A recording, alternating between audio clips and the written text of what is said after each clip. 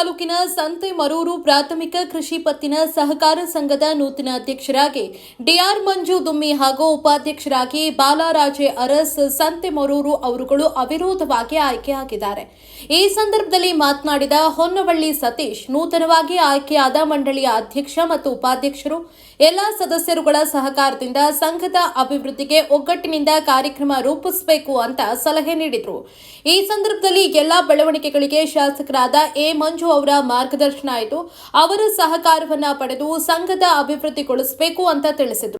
ಇದ್ರ ಜೊತೆಗೆ ನಮ್ಮ ತಾಲೂಕಿನ ಜನಪ್ರಿಯ ಶಾಸಕರು ಆತ್ಮೀಯರಾದ ಮಂಜಣ್ಣವರ ಸಹಕಾರ ಅತಿ ಮುಖ್ಯ.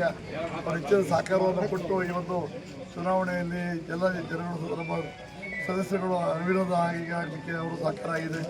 ಜೊತೆಗೆ ಅವರಿಗೆ ಈ ಒಂದು ಸಹಕಾರ ಸಂಘದ ಪರವಾಗಿ ಎಲ್ಲ ಸದಸ್ಯರ ಪರವಾಗಿ ಮತ್ತೊಮ್ಮೆ ಅವರಿಗೆ ಅವರು ಕೃತಜ್ಞತೆಗಳನ್ನು ಹೇಳಲಿಕ್ಕೆ ಇಷ್ಟಪಡ್ತೀನಿ.